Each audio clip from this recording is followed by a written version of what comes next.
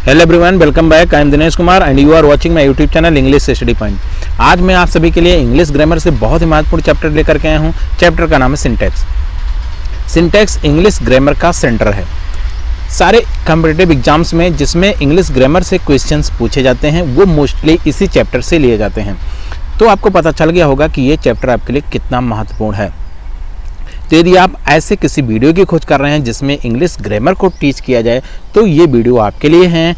इस वीडियो को पूरा देखिएगा, वीडियो स्किप मत करिएगा।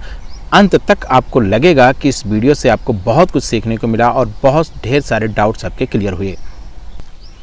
आगे बढ़ने से पहले मैं आपको बता दूं कि ये जो वीडियो आप देख रहे हैं ये सिंटैक्स चैप्टर का सेकंड पार्ट है। इसके पहले मैं पार्ट फर्स्ट अपलोड कर चुका हूं, जिसका लिंक आपको इसी वीडियो के डिस्क्रिप्शन बॉक्स में मिल जाएगा। लिंक पे क्लिक करके आप डायरेक्टली उस वीडियो को देख सकते हैं। और मैं सुझाव भी देता हूँ कि आप पार्ट फर्स्ट के वीडियो को पहले देखिए, उसके बाद सेकेंड पार्ट को देख। इस तरह से सारा का सारा कॉन्सेप्ट बहुत अच्छी तरीके से समझ में आ जाएगा। यदि आप मेरे चैनल पर नए हैं तो चैनल को सब्सक्राइब कर बेल आइकन प्रेस करके ऑल नोटिफिकेशन सिलेक्ट करना ना भूलें, क्योंकि मैं ऐसी वीडियो लगातार आपके लिए लाता रहता हूं।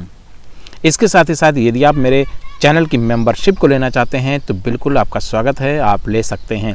इसके लिए आप सब्सक्राइब बटन के बगल में ज्वाइन का बटन आपको मिल जाएगा, उस पर क्लिक करके मेरे मेंबरशिप प्लान को देख सकते हैं। तो चलिए देखते हैं इस वीडियो में आपके लिए क्या खास है।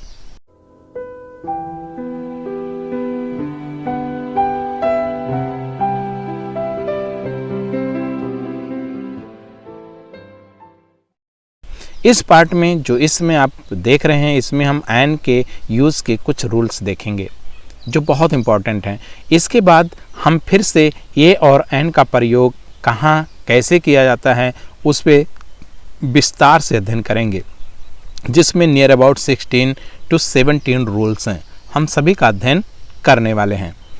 तो चलिए आगे बढ़ते हैं और देखते हैं इस वीडियो में एंड के यूज से जो रूल हैं वो क्या हैं। तो पहला रूल आपके सामने स्क्रीन पर आ चुका है, आप देखिए इस रूल को। एंड का प्रयोग उन शब्दों के पहले होता है जो किसी वावेल लेटर से प्रारंभ होते हैं। हम में से बहुत से लोग इस रूल को जानते हैं कि कोई भी वर्ड है, कोई भी नाउन है जो वावेल लेटर आपके 5 हैं, ए, ई, आई, ओ, यू। यदि इन लेटर से स्टार्ट होता है तो उसके पहले हम एंड का प्रयोग करते हैं। एंड का प्रयोग क्यों करते हैं? एक का भाव देने के लिए, किसी का भाव देने के लिए, कोई का भाव देने के लिए, जिसका अध्ययन आपने पार्ट फर्स्ट में किया। तो इस तरह से हमने देखा। अब चलिए इसको एग्जाम्पल से समझने की कोशिश करते हैं। यहाँ पर स्क्रीन पर आपके सामने कुछ एग्जाम्पल आ गए हैं। इन एग्जाम्पल को यदि हम ध्यान से देखें तो इनका पहला जो लेटर है वो आपको रेड कलर में मिल जाएगा। तो एस का ए, एलिफेंट का ई और इंकपॉट का आई, इसी तरह से ऑरेंज का वो और अम्ब्रेला का यू आपको कलर में दिख रहा होगा। ये आपके वावेल लेटर्स हैं जिनसे ये वर्ड्स स्टार्ट हो रहे हैं, इसलिए इनके पहले एक का भाव देने के लिए इनका इस्तेमाल किया गया है। चलिए इनसे रिलेटेड कुछ करेक्ट और इनकरेक्ट सेंटेंस का अध्ययन करते हैं, जिससे हमारा जो प्रोसेस है टीचिंग और लर्निंग का वो ज़्यादा इफ़ेक्टिव रहे। तो पहला जो सेंटेंस है इनकरेक्ट का वो है ही इज़ एन यूरोपियन। देखने में लग रहा है सेंटेंस सही है, लेकिन गलती क्या है? यहाँ जो लास्ट वर्ड है आपका ये यूरोपियन है, शुरू हो रहा है ई से। ये आपका वावेल लेटर है, तो इसके पहले एन का प्रयोग यहाँ पर हुआ है, जो कि गलत है। क्यों गलत है? क्योंकि यहाँ पर ये यू से तो शुरू हो रहा है, सॉरी ये क्यों गलत है? क्योंकि यूरोपियन शुरू तो ई से हो रहा है, लेकिन इसका जो साउंड निकल रहा है वो वावेल नहीं है। तो साउंड आपका काफ़ी इम्पोर्टेंस रखता है, सारा का सारा महत्व आपके साउंड का होता है। तो यहाँ पर जो ई आया है ये आपका साउंड दे रहा है या का। यदि हम इसको उच्चारित करें यानी प्रोनंसिएट करें तो इसका उच्चारण होगा यूरोपियन यानी या से। यह आपका हिंदी वर्णमाला का कॉन्सोनेंट लेटर है, ये कॉन्सोनेंट वर्ड है, ठीक है। इसलिए हम इसके पहले एन का प्रयोग नहीं कर सकते हैं, इसलिए इसके पहले ए का प्रयोग होगा। चलिए दूसरे इनकरेक्ट सेंटेंस को देखते हैं। यहाँ आपके स्क्रीन पर दूसरा इनकरेक्ट सेंटेंस आ चुका है। This is a onion. यहाँ पर एक वर्ड आया है अनियन, ये शुरू हो रहा है ओ से और इसका जो साउंड निकल रहा है वो आ से निकल रहा है, अनयन। तो इस तरह से इसका साउंड भी वाबल है और इसका लेटर भी वाबल है, तो ये पूरा पूरा वाबल है। ऐसे में इसके पहले एन का प्रयोग होना चाहिए था, जो कि नहीं है, इसलिए सेंटेंस इनकरेक्ट है। तो इसका करेक्ट देख लेते हैं। ये देखिए आपका करेक्ट सेंटेंस। तो चलिए नेक्स्ट स्लाइड पर चलते हैं और एन के यूज से रिलेटेड सेकंड रूल को देखते हैं। तो सेकंड रूल आपके स्क्रीन पर आ चुका है।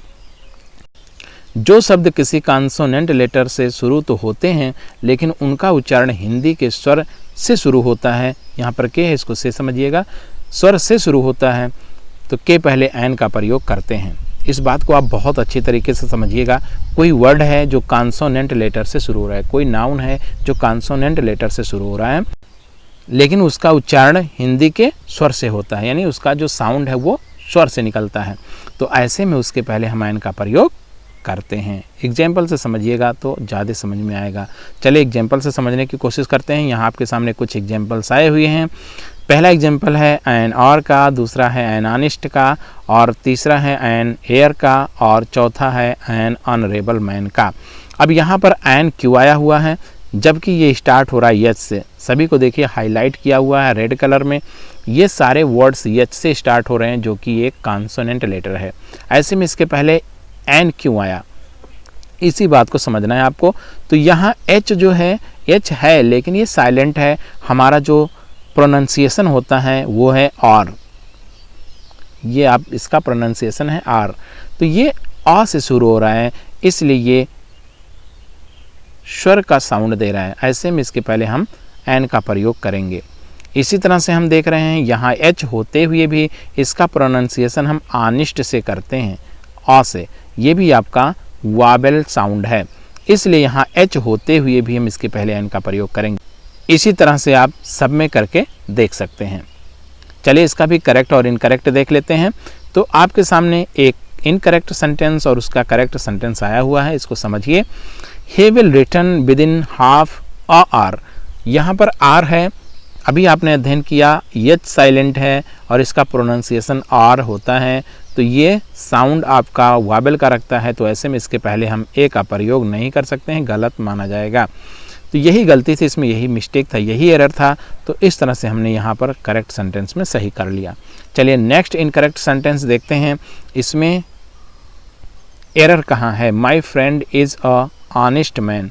यहाँ पर ऑनेस्ट जो है एच से शुरू है, लेकिन इसका प्रोनाउंसिएशन हो रहा है आ से। ऐसे में इसके पहले हम ए का प्रयोग नहीं कर सकते हैं, क्या करना पड़ेगा प्रयोग, एन।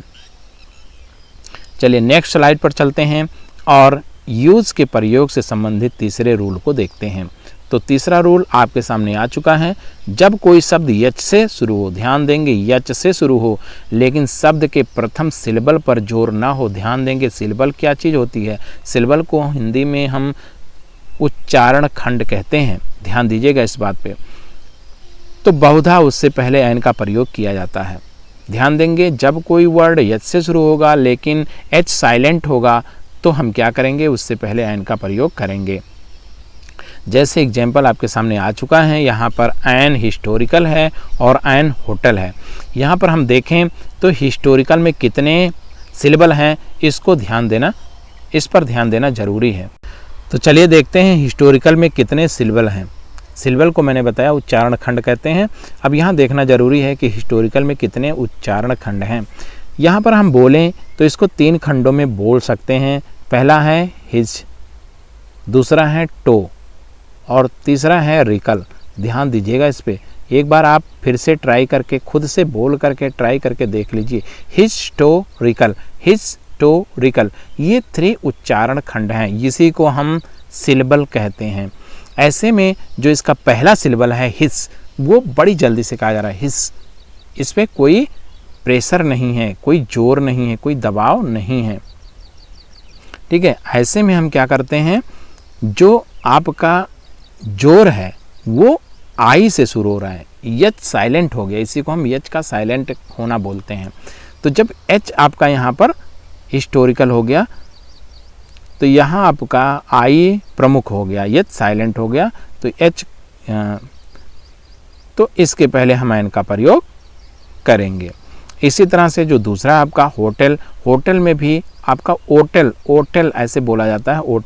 तो यहाँ पर जो सिलेबल है वो टेल, ओ टेल, तो जो ओ वाला उच्चारण खंड है वो जोर नहीं दिया जा रहा उस पर। ऐसे में हम क्या करते हैं, इसके पहले एन का प्रयोग करते हैं। चलिए नेक्स्ट, चलिए इनकरेक्ट सेंटेंस को देखते हैं।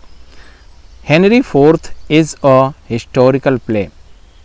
यहाँ पर जब आपने देखा कि हिस्टोरिकल में ये साइलेंट है लगभग, तो ऐसे में हम ए नहीं लगा सकते हैं बल्कि एन लगाएंगे, तो आपने एरर पकड़ लिया। चलिए करेक्ट सेंटेंस को देखते हैं, तो सही पकड़ा आपने, यहाँ पर ए की जगह पर एन होना चाहिए था।